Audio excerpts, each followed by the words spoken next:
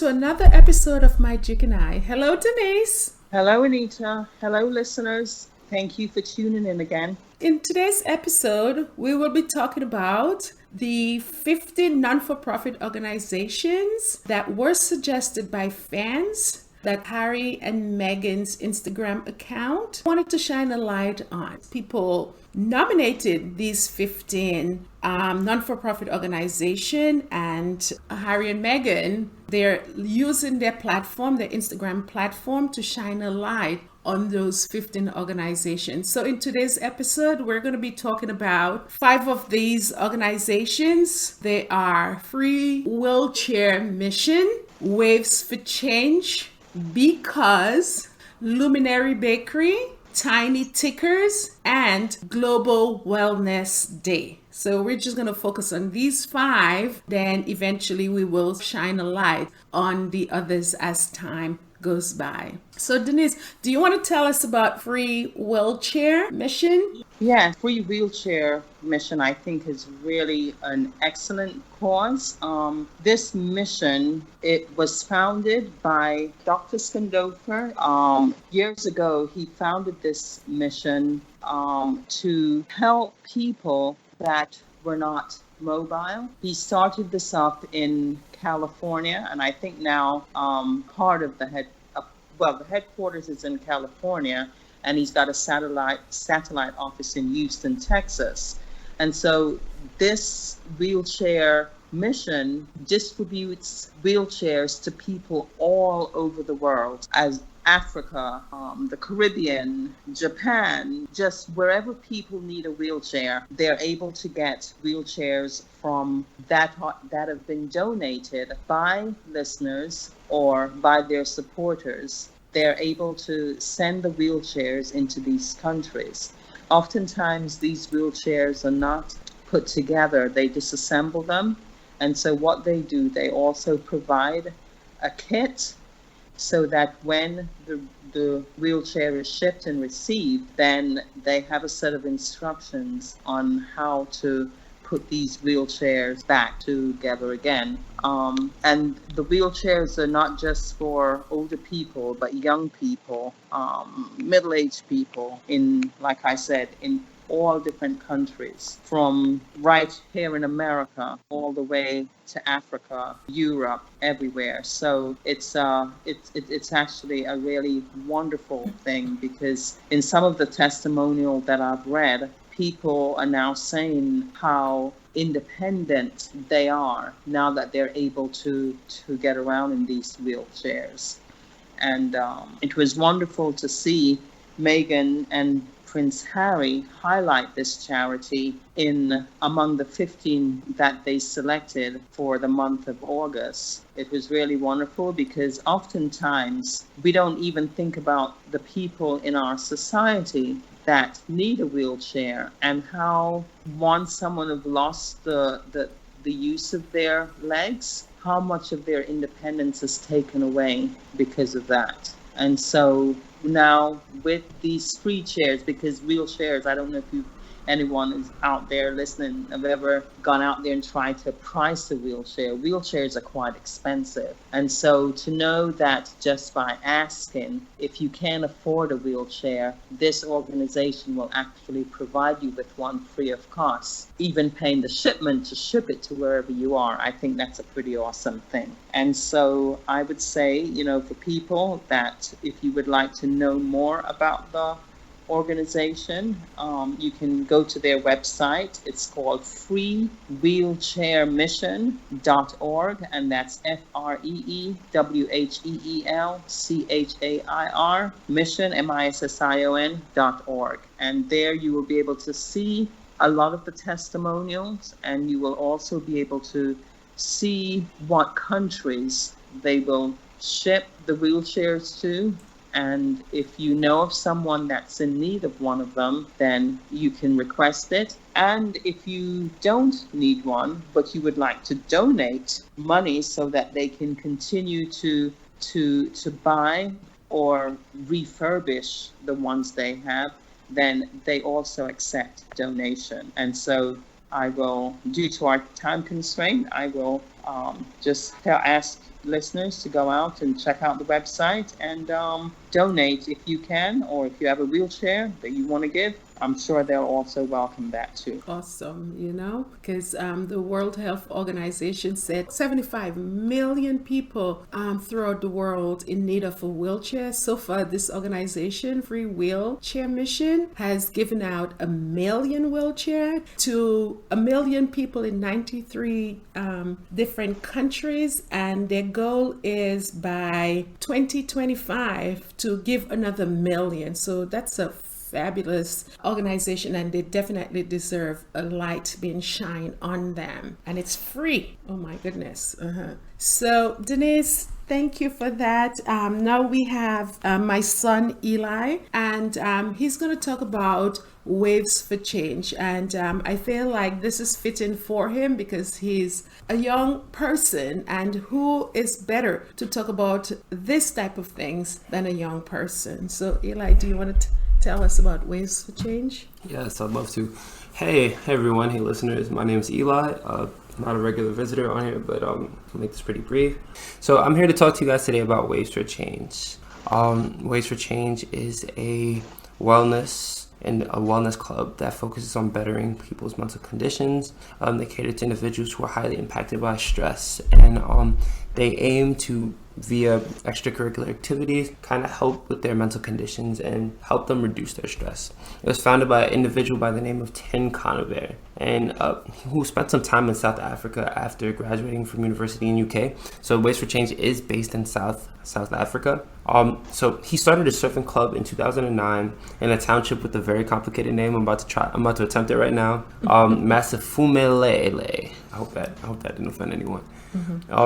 The club gradually expanded, and with time, the people started getting closer and closer, and they started sharing their stories and challenges. So gradually, the club gained more and more traction, and as was expected, as it gained more and more traction, and more South African people got involved, it turned from just a club for surfing into a place where people were sharing their stories and challenges, and et cetera, et cetera. So it gained more and more traction, and then these stories started turning into people sharing their, the stories typically were people sharing things that emotionally and psychologically stress them out. So this stress that they would express that they were dealing with often manifested itself in the form of high-risk behavior. So high-risk behavior, some of the youth were doing illegal things, some of them were wrestling with their mental health issues, and consequently they just didn't have an outlet to express it, and that's what this club became for them. So after the participants in the club would surf, they would report to Tim that they felt better afterwards. So where stress existed prior, they started to talk about how they felt stronger, they felt more feelings of belonging, they felt more confident, and things like this are key pillars of well-being. So Tim, seeing that this extracurricular activity was actually impacting them positively, decided to turn it into a movement. And with more development, this club developed something called surf therapy. So basically using surfing as an outlet for stress. And they contoured the program such that it would operate in high-risk areas in South Africa and Africa as a whole. So in quintessence, Waves for Change works in communities affected by violence, poverty, and conflict, and places where mental health services don't receive the aid that they need to help others. Something like this is really crucial, really necessary in this day and age. We're in an age where we're starting to become more aware of the human condition and the human psyche, and mental health is something that's not been discussed enough, especially within communities of color. It's actually a taboo within communities of color. So to see something like this take the traction that it's taken in South Africa is really cool. It's really good. And as a young person who occasionally has bouts of confidence issues, something like this is really inspiring, and I really hope that this movement can kind of become more of a global thing. Can you tell us the website that people can go and donate to? So the name of the website is wavesforchange.org. Waves for Change, or if you have a search engine, just search Waves for Change with the extra tags of South Africa, and you should be able to be directed to the website. Yes.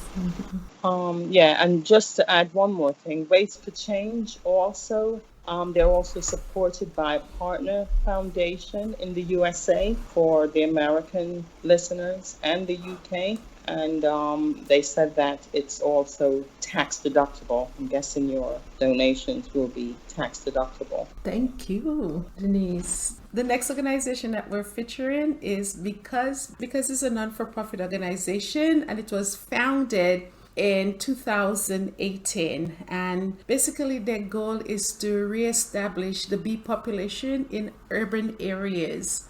As we know, there's been a big decline in the bee population, and bees are very important in pollinating flowers. So, what this organization is doing is trying to raise the bee population throughout the urban areas. And as you know, if you don't have this type of pollination, and people may ask, what is this pollination? What is this all about? Well, what happens with pollination is that when bees go to flowers, what do? They transport the pollen from one flower to the next flower. They take it from the male flower to the female flower. Once it gets to the female flower, that pollen goes down into when you think about it, in the female flower, you're talking about the uterus. So what happens is that it fertilizes the seed.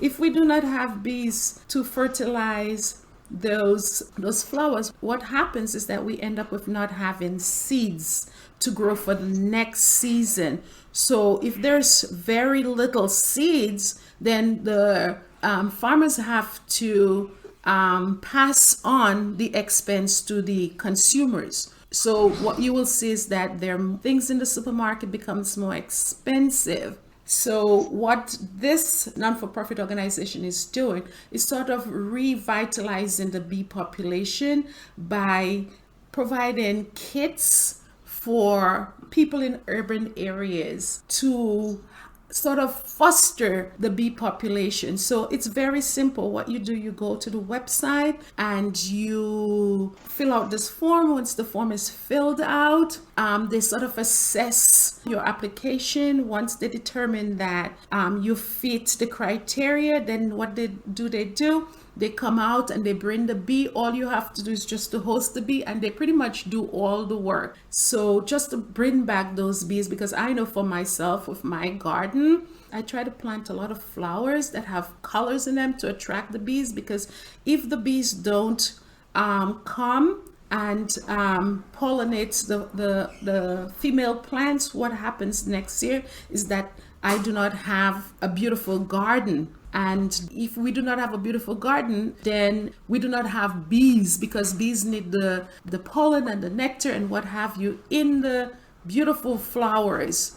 And that is also causing the population to decline as well, because they do not have the food, because we do not have the seeds that they need to make those beautiful flowers. So it's just a whole lot of things that's involved in that. So this organization is beautiful. I like it because what we're doing is bringing back the bees to fertilize those flowers so that we can have beautiful flowers. And then if you want to grow a vegetable garden in your yard, you need bees to pollinate these plants. If they're not pollinated, you're not going to see any fruits or any vegetables growing. You'll just have a tree that's a dud. And I've seen it many times in my garden where I planted this tree. It's growing, it's thriving, but it's not making any fruits or vegetables. So this is a nice organization, and you just have to fill out the form and be a foster, and they'll do the rest. And the organization website, it's www.because.com, and that B is BEE, cuz. So go there, fill out the form, and host a hive so that you can have beautiful flowers, and the fruits and vegetables that you're trying to grow in your garden, they can flourish. Okay, and so I guess the next one that we're covering is the Static One Square Space, which is also a Luminary Bakery. And this bakery was started back in 2014 to help women that are homeless, women that were at risk of sexual exploitation, and they were getting up in all kinds of things like crimes and drugs and all of that. Some of them were actually victims of domestic abuse and violence, and they just needed to leave home for whatever the reason might be and get a fresh start. So this center was started to give these women a skill so that they could go back out there and provide a life for themselves, a life where they could just totally be on their own and be empowered.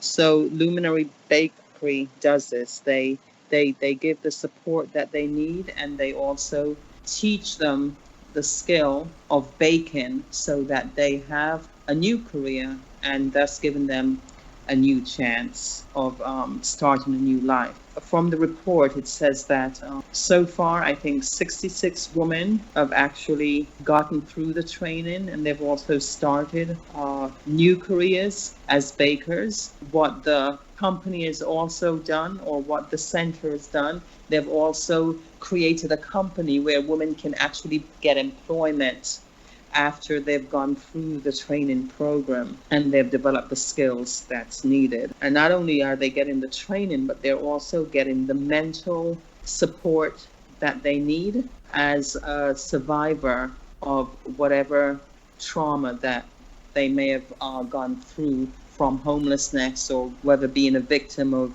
whether sexual abuse or just domestic violence.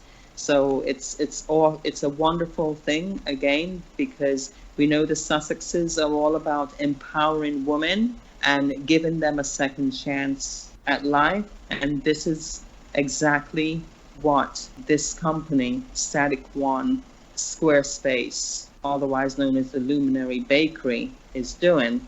And what was interesting, the Sussexes highlighted this as among the 15 of the charities that fans suggested. And this bakery, they actually have a bakery in London, somewhere in northeast London. They have a bakery, and this bakery sells all kinds of things: coffee cakes, sourdough loaves, and all kinds of good things they sell. And for Duchess Meghan's birthday, they actually baked her a birthday cake. They baked her a carrot cake for her birthday and decorated it beautifully. So it was delivered to her. And I think this was really an awesome way to thank her and to let her know that they really care and they really appreciate that she highlighted them. And so I've heard that since the light has shone on them, they have been flooded with people coming in and out, ordering cakes and ordering all kinds of things, all kinds of pastry for this, for this cause. So I think it's wonderful. And again, for people that would like to support the organization, their bakery is static1.squarespace.com, and I'm sure they accept all kinds of donations. And again, in supporting this, you're also supporting and empowering women that would not normally have a second chance at life, and you're helping to teach these women new skills to provide and sustain themselves. So I hope everyone will go on the website, check it out.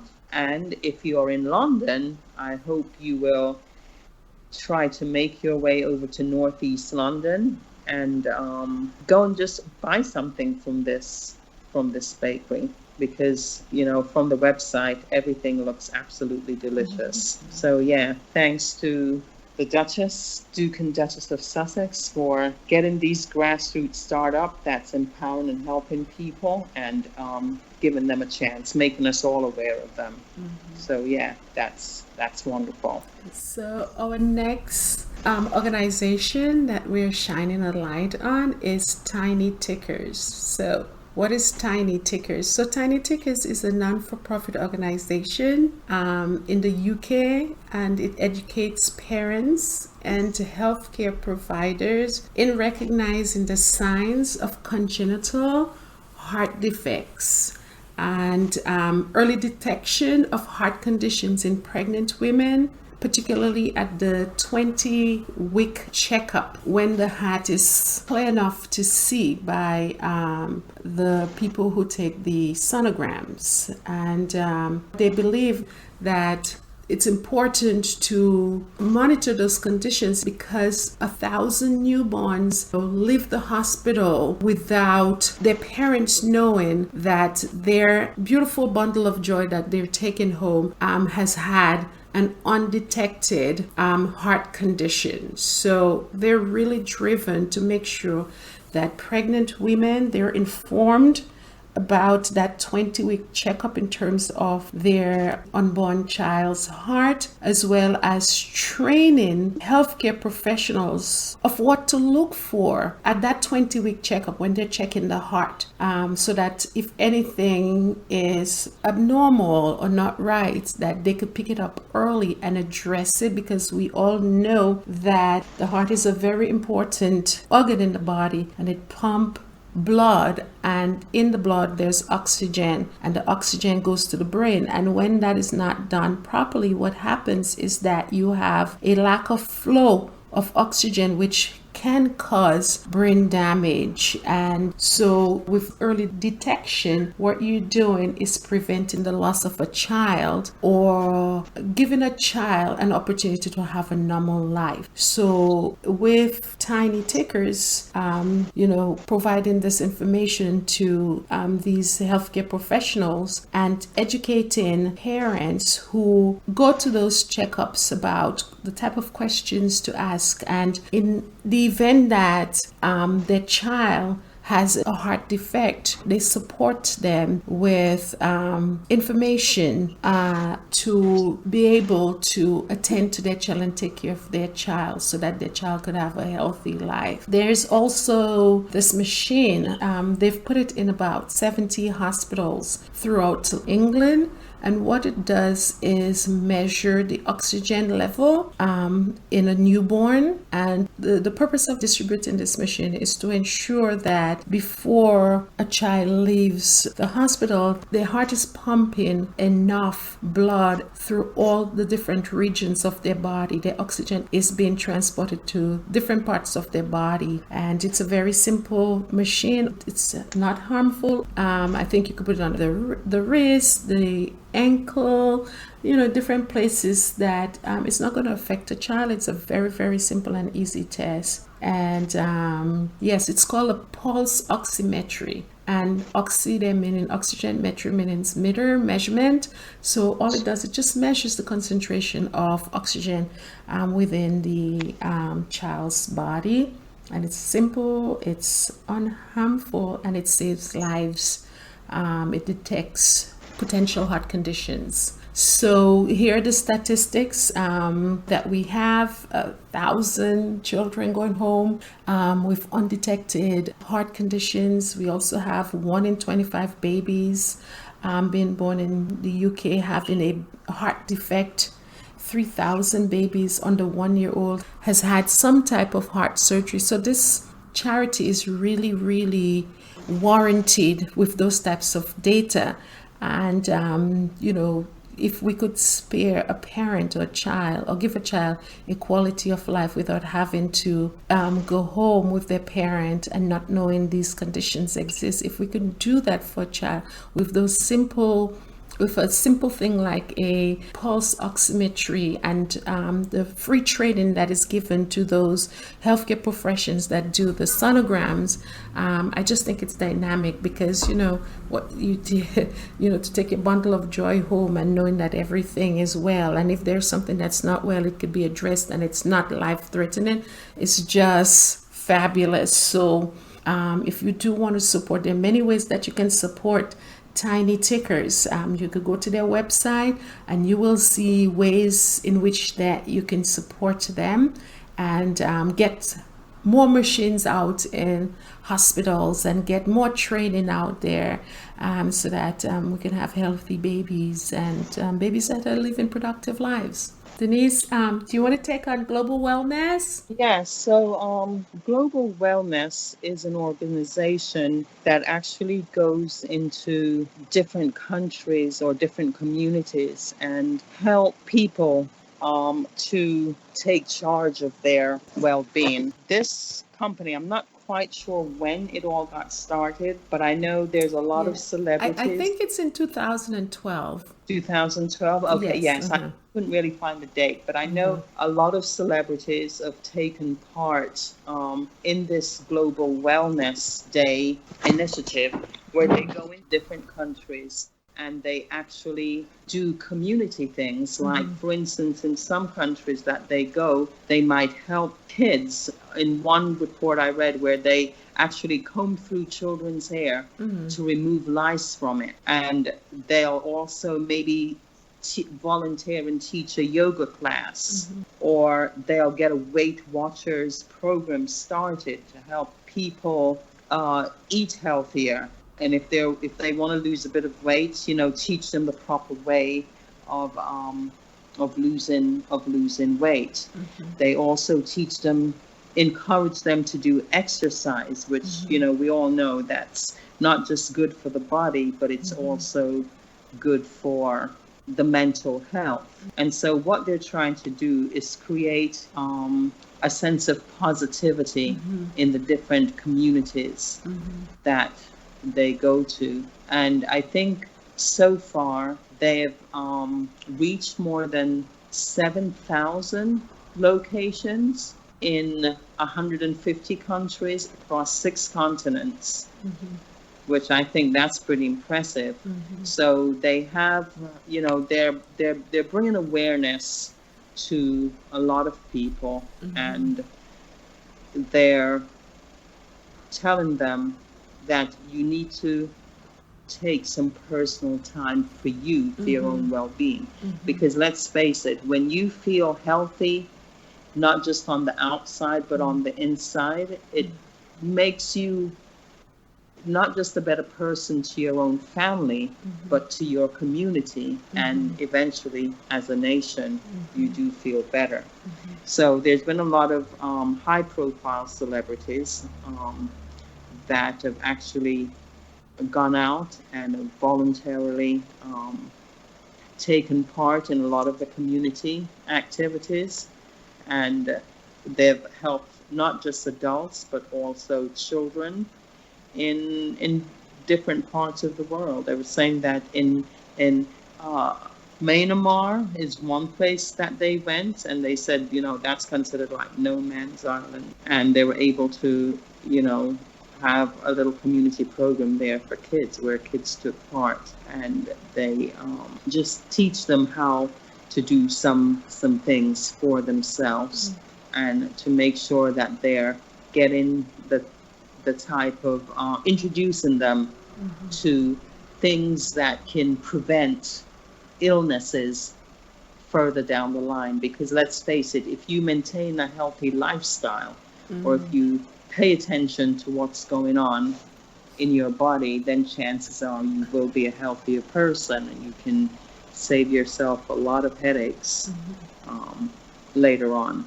So from exercising to eating healthy to making sure kids get checking their hair to make sure that there's no lice or anything in it, making sure they get introduced to dentists and all of that. I think it's pretty awesome that they're doing this. And as I say, more and more countries are taking part. They've got countries now that are trying to get included, such as China, Peru, Kenya, Zimbabwe, all of these countries. Everyone now wants to be a part of this. And Health Day is, they're actually putting an official date on the calendar that they're calling Health Day, because as they say, on the calendar we have a date for everything, but there is no date for Health Day. And so I think they've designated June 13th as Global Wellness Day. And the next one will be in, I guess, in 2020. They will have a Global Wellness Day where I get within your community, if you want to do something, you can go out there and start a group, exercise group, yoga group. If you healthy eating group, just do something and just be a part of this uh, Global Wellness Day that's being celebrated now all over the world. And we may not be able to invite a big celebrity, but I think each of us can actually play a part by doing something within our own community to celebrate this day, because after all, we've only got one human body, right? Mm-hmm. And so we need to make sure we take care of that. Mm-hmm. And so if you would like to know more about this Global Wellness Day, they do have a website. It's globalwellnessday.org. globalwellnessday.org. You will get testimonials on people from all over the world that have taken part and that have benefited from this. Mm-hmm. And like I said, you can perhaps do one of your own next year on June 13th when the next Global Wellness Day is supported. And so that's basically all there is on that. Mm-hmm. Yes, and I could see why Oprah and Gail, at one point, they were celebrating Global Wellness Day. And I know Oprah is big on self-reflection and taking time out for yourself. And that's pretty much that. Taking time I out for wasn't going to yourself. mention their name because I didn't want to scare people off. Well, a lot of big people. celebrities. Yes, I mean, well, everybody loves Oprah. everybody, whether you're big or small, Yeah. whoever you are, and these celebrities, they have a lot of responsibility. So if anybody needs a Global Wellness Day, it's them. And us too. But the think, bigger yeah, you they all- get is the more responsibility and the more stress. So you definitely need, and if they're doing it, it means that it's vital. Yeah, I Yes. know myself when I go to the gym, how great I feel after. I feel like I could challenge and take on the world. So I know, personally that exercise is it's a good thing. It's a great thing. You do feel better. And, if you take just little proportions, that what they say, just like they used to say, an apple a day keeps the doctor away. Exercising a few times a week can actually do that too. Lowers your stress level. Yeah. It lowers, gets your heart rate to the right level. It lowers blood pressure. It does all kinds of good things, So yeah, I'm happy that they know how now have a Global Wellness Day so that Yes. people are paying attention to Absolutely. themselves. Yeah. So, yes, so that's it. And next time we will shine a light on the other organizations, because I feel like all of these are grassroots movements, and they're reaching out to the average person. I feel like they're deserving of this time and letting people know about them, and the people who can help and support, to let them know these organizations need their help in whatever way they can. And these are not organizations with big donors, they're just grassroots organization. And it's good that they've been chosen to shine a light on by the Sussexes, and it's just beautiful. It's really fabulous. So, Denise, on that note, We'll say adieu until we meet again. all right. Bye, listeners.